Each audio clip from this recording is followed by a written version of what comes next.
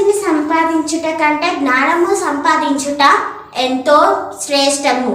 వెండిని సంపాదించుట కంటే తెలివిని సంపాదించుట ఎంతో మేలు అని వాక్యంలో రాయబడి ఉంటుంది. ఈ వాక్యము సామెతల గ్రంథంలో రాయబడి ఉంటుంది. మరి చూసినట్లయితే సొలొమోన్ అయితే జ్ఞానముని తెలివిని దేవునికి ప్రార్థించి అది పొందుకున్నాడు. అంతేకాదు కానీ అతను ఎంతో ధనాన్ని కూడా పొందుకున్నాడు. దేవుడిని అడగకపోయినా దేవుడు ధనాన్ని కూడా అతనికి దయచేసినారు. ఈ రోజులలో మనం ఏం కోరుకుంటున్నాం? దేవుడి నుంచి ధనమును వెండిని కోరుకుంటున్నామా, లేదా జ్ఞానమును తెలివిని కోరుకుంటున్నామా?